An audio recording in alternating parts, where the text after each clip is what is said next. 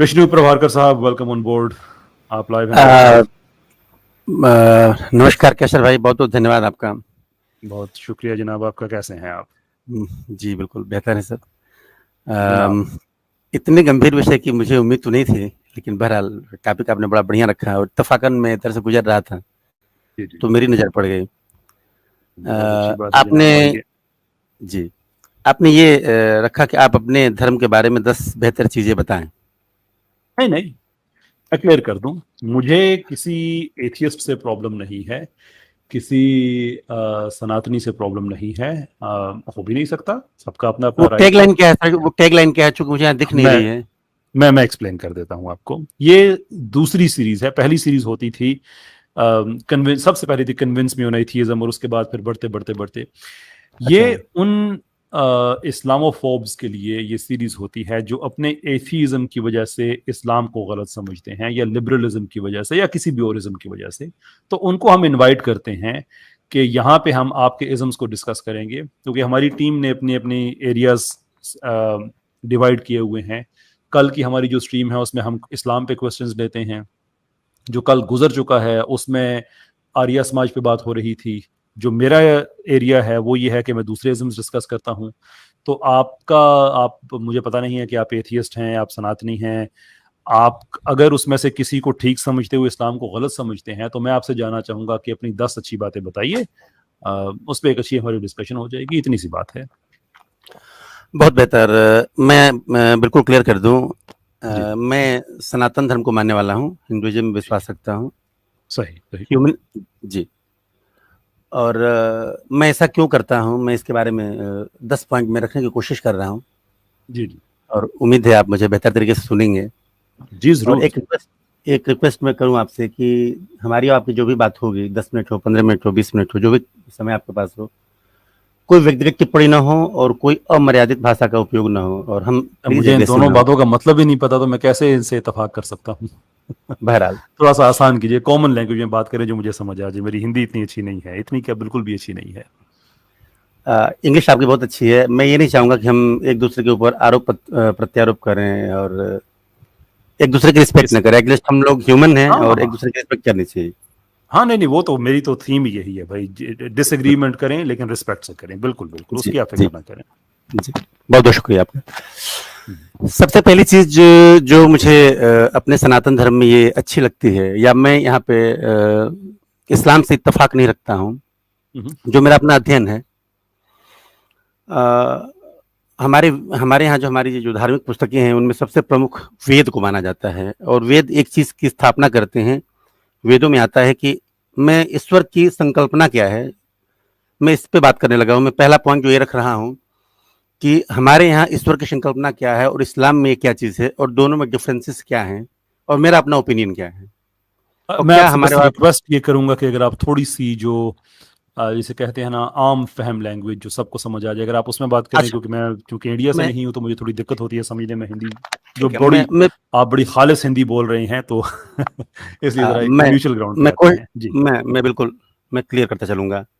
जी वेदों में एक श्लोक आता है जो इस्टेब्लिशमेंट है इस चीज का। मैं इस चीज को इस्टेब्लिश कर रहा हूँ।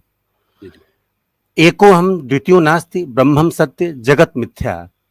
एक मैं ही हूँ। एको अहम का मतलब होता है एक मैं ही हूँ, दूसरा कोई नहीं। सही।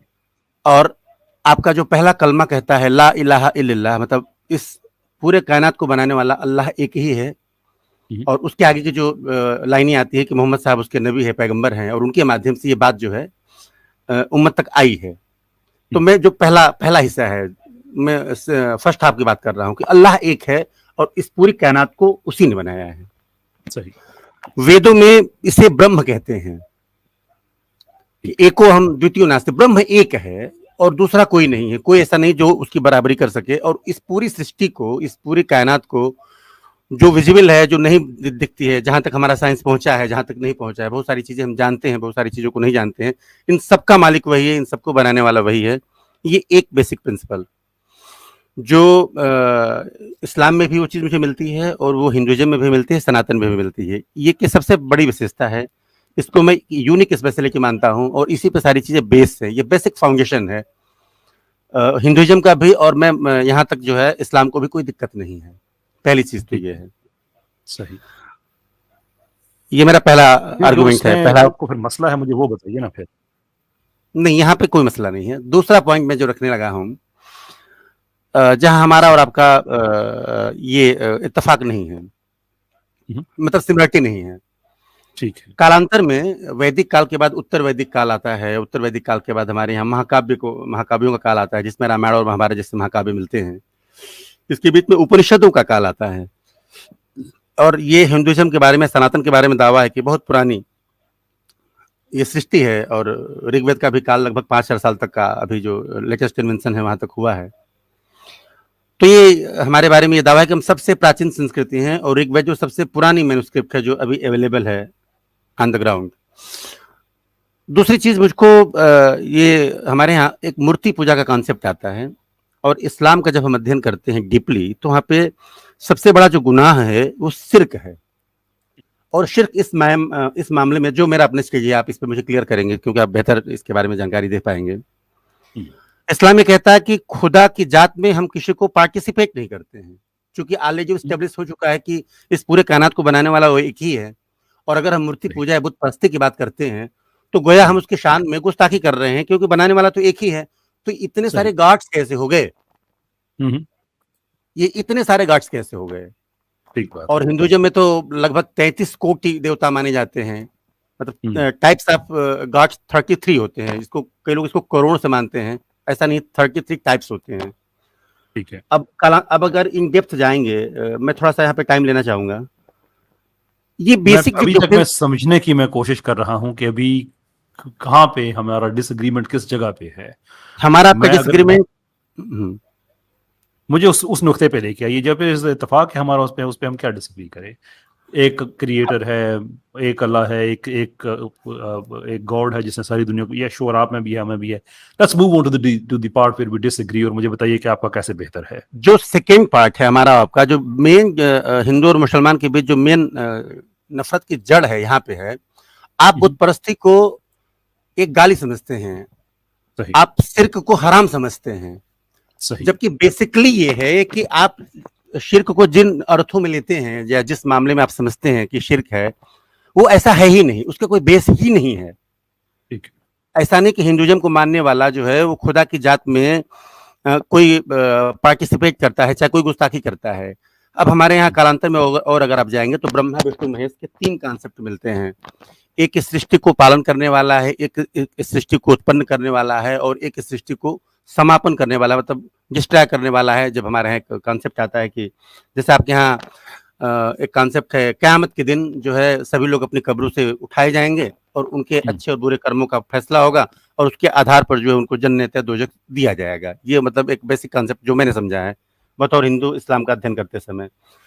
हमारे यहाँ ये माना जाता है कि सृष्टि का तमाम तरह की सृष्टियां उत्पन्न होती रहती हैं, चलती रहती हैं, और अपने अंत को पहुंचती हैं, और व्यक्ति के जैसे कर्म होते हैं। मेरा जो दूसरा प्रिंसिपल है वो कर्मवाद का सिद्धांत है, जो आपके यहाँ नहीं मिलता है। कर्मवाद का सिद्धांत क्या कहता है कि व्यक्ति जैसा कर्म करता है उसका फल उसको वैसा ही मिलता है। श्रीमद् भागवत गीता जो हिंदुओं का एक प्रमुख धर्म ग्रंथ है, वो क्या कहता है कि कर्मण्येवाधिकारस्ते मा फलेषु कदाचन। संस्कृत का उल्लेख है, मैं इसका हिंदी में कन्वर्जन करने की कोशिश कर रहा हूँ ताकि आपको बेहतर समझ में आए। कर्मण्येवाधिकारस्ते का मतलब होता है कि व्यक्ति को ऊपर वाले ने जब सारी कायनात बना दी, और बनाने के बाद उसने इंसान बनाया, और इंसान के अंदर उसने सारी सलाहियतें दे दी। और मजे की बात यह है कैसर साहब कि उसने उसको कर्म करने की स्वतंत्रता दे दी। यहाँ पे ये हिंदुइज्म में और इस्लाम में बेसिक डिफरेंसेस है कि यहाँ पे कर्म करने की जो स्वतंत्रता है वो आपको दी, और कर्म करने से mean something good. There are 3 types of karmas. आप गुड कर्म करते हैं, आप अच्छे कर्म भी करते हैं, क्योंकि इसमें कोई बाउंडेशन खुदा का नहीं है, मतलब अल्लाह का या हमारे ईश्वर का कोई बाउंडेशन नहीं है। आपके अंदर इतनी सलाहियत है कि आप अच्छे कर्म भी कर सकते हैं, बुरे कर्म भी कर सकते हैं, और इन दोनों से ऊपर उठ करके एक गीता कहते हैं निष्काम कर्म कर सकते हैं। मतलब आप इस तरह कर्म करें कि आपके अंदर कोई लालसा ना हो। जैसे एक एग्जांपल देता हूं मैं, कोई विद्यार्थी स्टूडेंट मन लगा के पढ़ता है कि कोई स्पेसिफिक डिग्री, जैसे मुझे डॉक्टर बनना है, तो ठीक है, वो उसने मेहनत की है और वो डॉक्टर बना, ये उसके कर्मों का परिणाम है कि वो एक अच्छा डॉक्टर बना। अगर कोई ऐसा चोर है, थिप है, जो सोचता है कि मैं किसी भी तरह के ताले तोड़ दिया करूं, मैं बड़ी बड़ी बैंक रॉबरी करूं, मैं तोड़ दिया करूं, तो वो उसने बड़ी मेहनत की और उसने एक एरिया ऑफ स्पेशलाइजेशन उसका हो गया कि कैसी भी तिजोरी हो वो तोड़ देगा। सही। तो उसने उसमें उसने चूंकि बुरे कर्म किए तो उसने, लेकिन उसने स्पेशलाइजेशन किया, चूंकि मेहनत की, तो कर्म के परिणाम के स्वरूप उसको जो वो फल मिला कि वो स्पेशलिस्ट हो गया तिजोरी तोड़ने में। मैं एक आपसे आखिरी दफा मैं रिक्वेस्ट करूंगा, फिर शायद आपसे इजाजत लेनी पड़े। मैं बड़े गौर से आपकी बातें मैं सुन रहा हूं और समझने की कोशिश कर रहा हूं, लेकिन मैं अभी तक वो जो पॉइंट है जिसपे आप कहते हैं कि भाई हम इस वजह से आपसे बेहतर हैं, मुझे वो बताइए। भाई हमारे मज़हब में भी ऐसा ही है कि नेकी करना या बुराई करना आपके अपने इख्तियार में है। सूरह शम्स में इसका जिक्र है और कुरान में कई जगह पे जिक्र है कि तुम्हारी मर्जी है अच्छे काम करो, तुम्हारी मर्जी है बुरे काम करो, कि तुम्हारे पास फ्री विल है। हाँ, बुरे काम करोगे तो उसका नतीजा बुरा मिलेगा इस दुनिया और आखिरत में, अच्छे काम करोगे तो बुरा नतीजा मिलेगा इस दुनिया और आखिरत में। डिसएग्रीमेंट किस जगह पे है, मुझे वो बताइए, और वो डिसएग्रीमेंट में आप कैसे हैं? हाँ जी। हाँ, मैं क्वेश्चन पूछ लेता हूँ आपसे, तो आप बेहतर बता पाएंगे। आपके यहाँ शिर्क को सबसे बड़ा गुनाह क्यों माना जाता है? हमारा आपका आपके यहाँ भी माना जाता है? नहीं, अच्छा, एक हमारे नहीं मिनट माना के जाता। लिए, अगर एक नहीं है, अब इंटरप्रिटेशन की बात आ जाएगी। वैसे तो यजुर्वेदा और इस तरह की बहुत सी किताबों में आपको हवाले मिल जाएंगे कि जो क्रिएटेड चीज़ें हैं उनकी आप पूजा ना करें, आप उसकी नहीं कर सकते।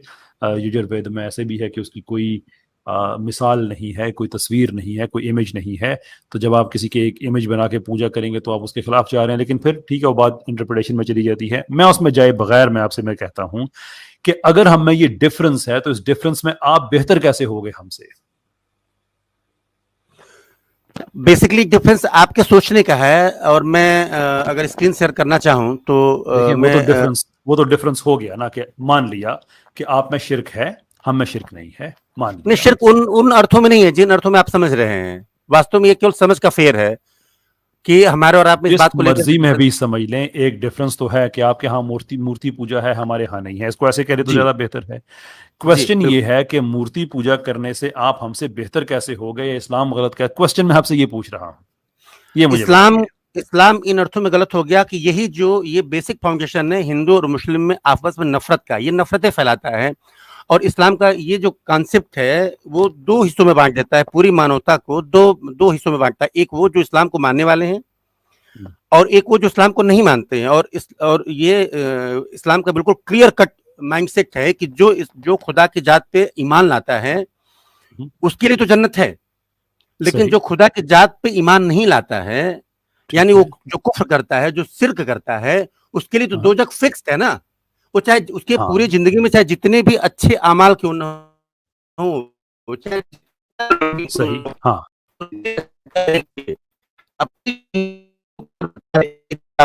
बहुत तो आपका बच्चा है, कोई मगर आपका इंटरनेट का वो मसला बना है शायद। आया सर, विष्णु साहब, विष्णु साहब,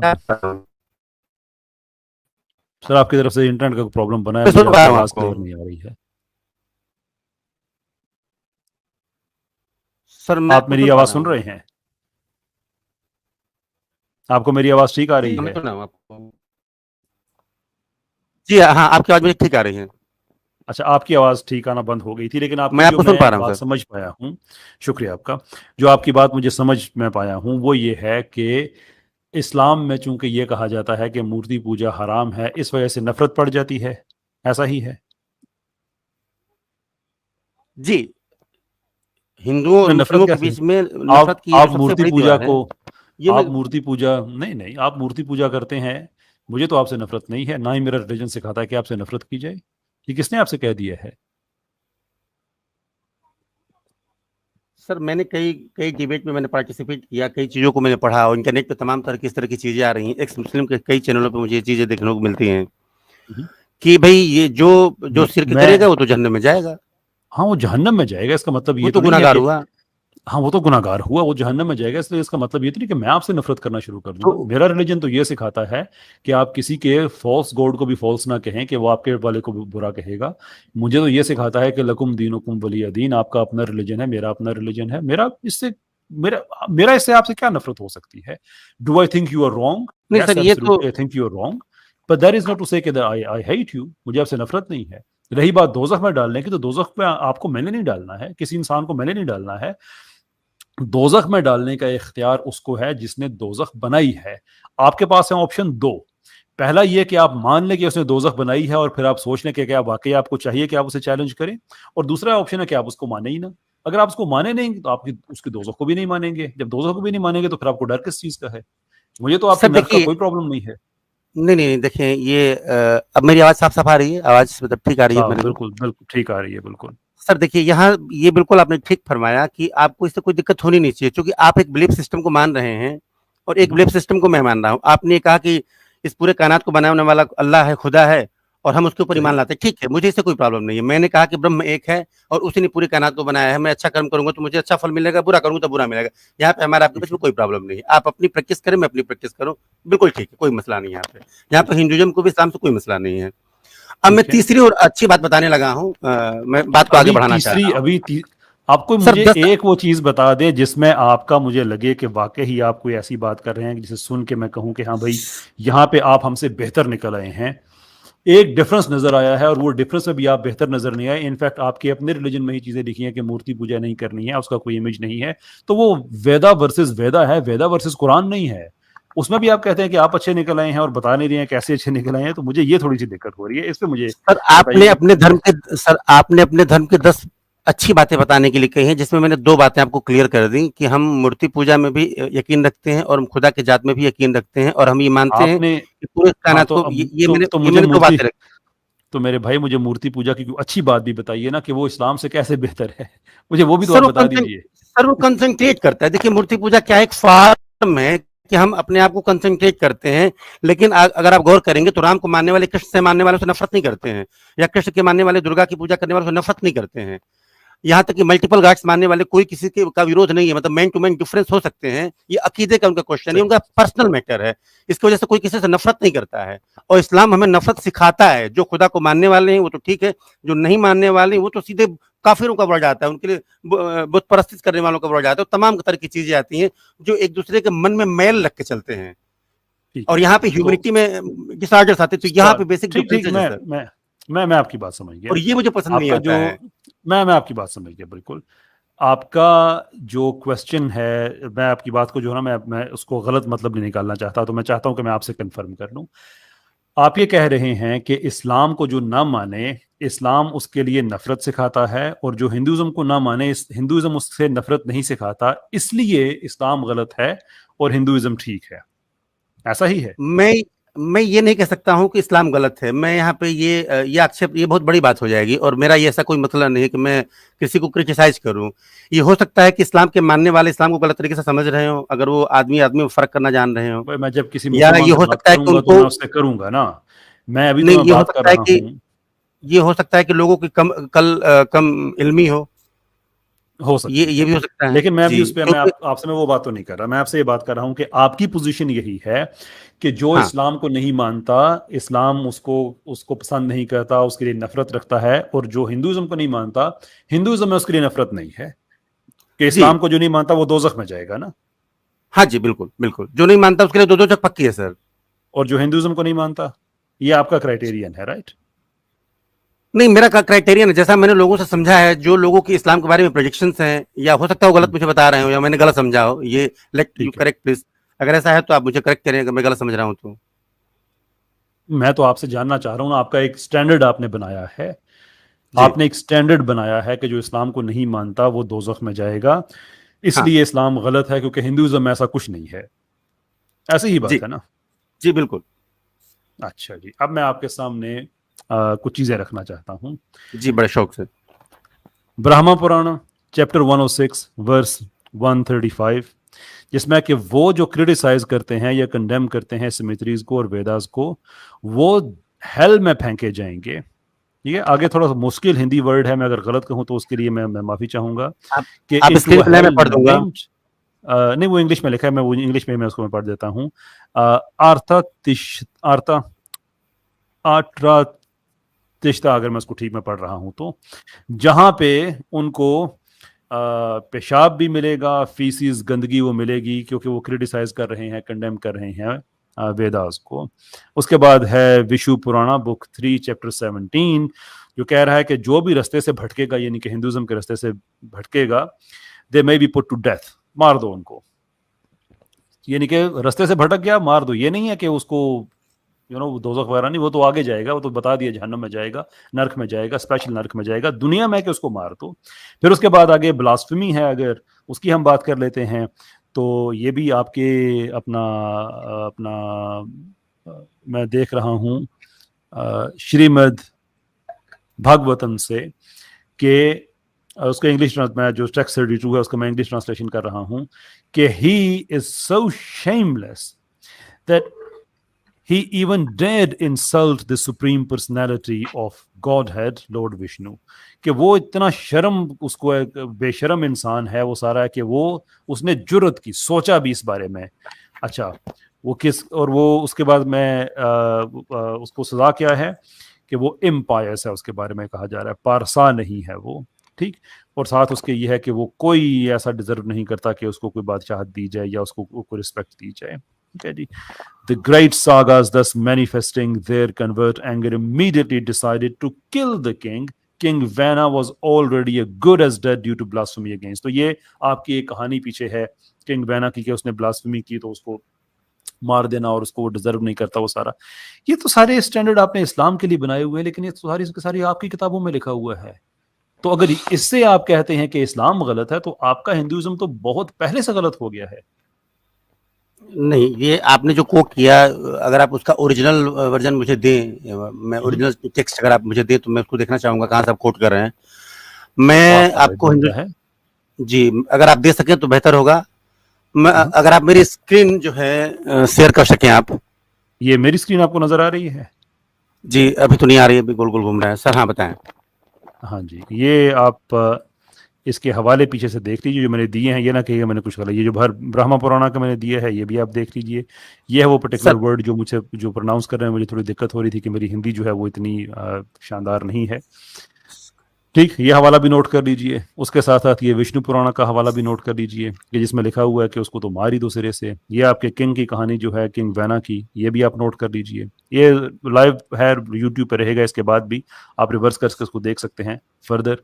और आगे भी हवाले हैं वो मैंने छोड़ दिए हैं, ठीक है।